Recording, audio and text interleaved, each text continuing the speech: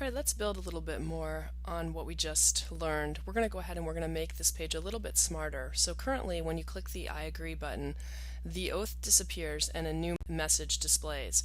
But the user might not always agree with the statement. So let's go ahead and let's add an option in case they disagree with the statement. Let's go ahead and let's add a couple of styles that we'll be using for the next part of this lesson. In my CSS here, I'm going to go ahead and I'm going to make a rule for an H3.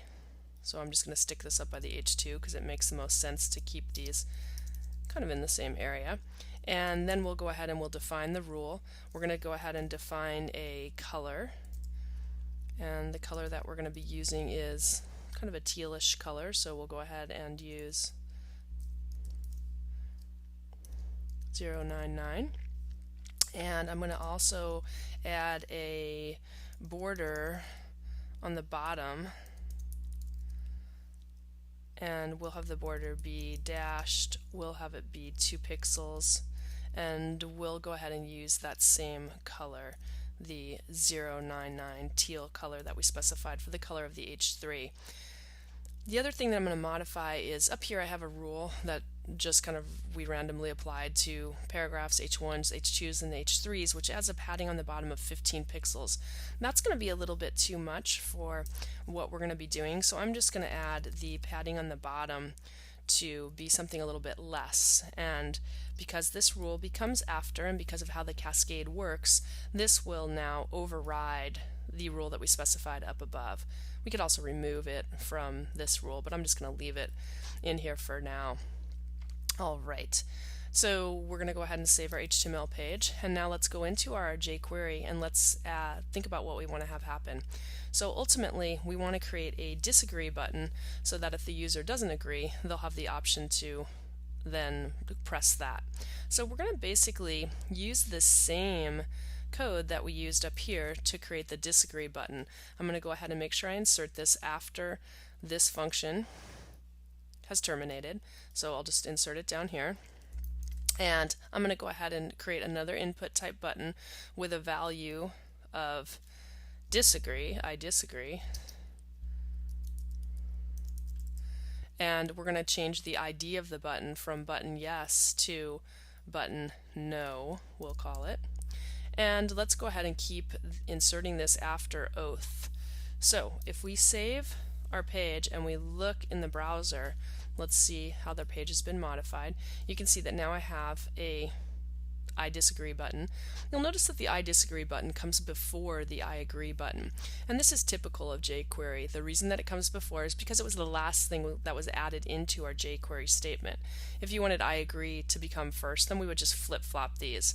These buttons could also use a little bit of space around them, so we could add a little bit of CSS to add that space around them. If we come in here and we just go ahead and create a rule for input, so we'll just make a general input rule, and let's just add a margin all around of, let's just say 10 pixels.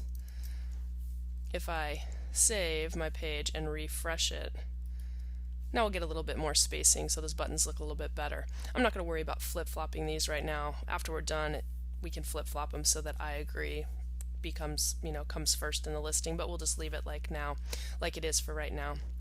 Alright, so back here in our jQuery file, we have now created the button. It of course doesn't do anything. So we're going to be doing a similar type statement that we did up above. We'll go ahead and we'll create a jQuery statement that is going to target the button no, and we'll go ahead and tell the button no that we want it to be initiated by a click event handler, and when the click event handler is felt, we'll run a function.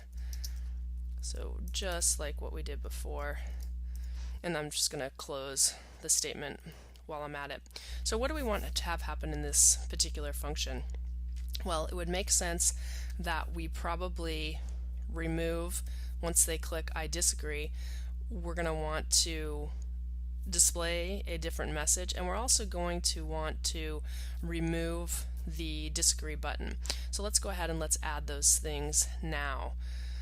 We'll probably keep the oath up there because we really want them to agree, so let's go ahead and keep the oath up there, but we will remove the disagree button. So let's do that first.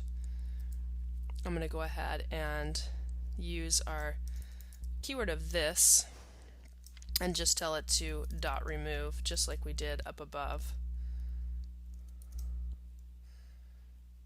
And then let's go ahead and let's specify the message that we want to have happen. So for this message, I'm going to use my h3 tag that we created just a couple minutes ago because I want this message to be a little bit different color and I want it to really stand out on the page. So I'm just going to say you should not be using a screwdriver.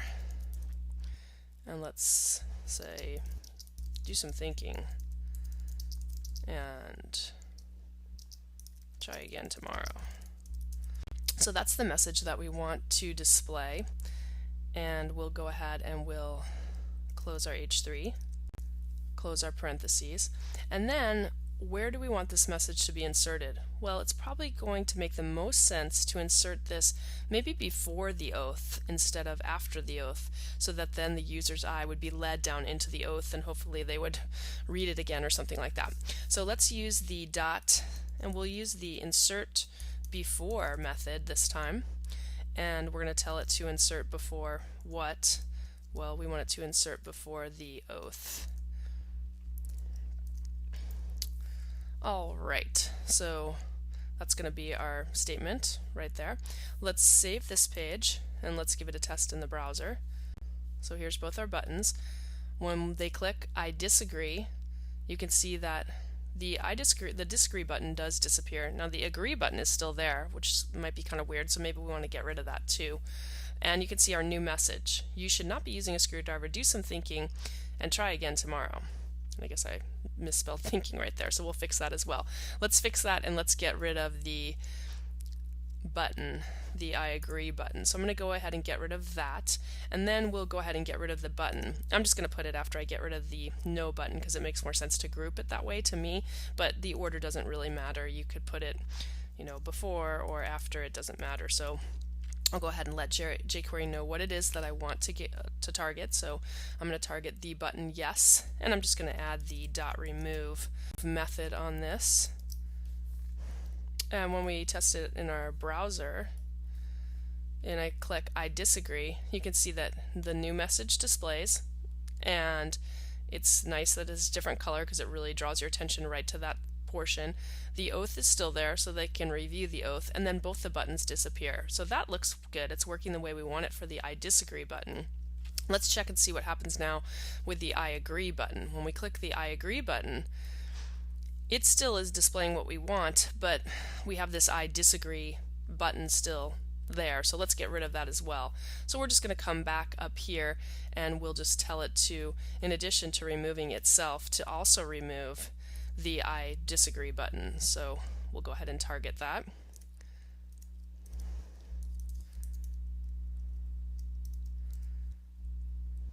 .remove, open close the parentheses and pass on the semicolon. So let's just test this one more time. I refresh the page. If I do agree to the oath, great, I may now use the screwdriver, and if I don't agree with the oath, I get this message, you should not be using a screwdriver. Do some thinking, try again tomorrow.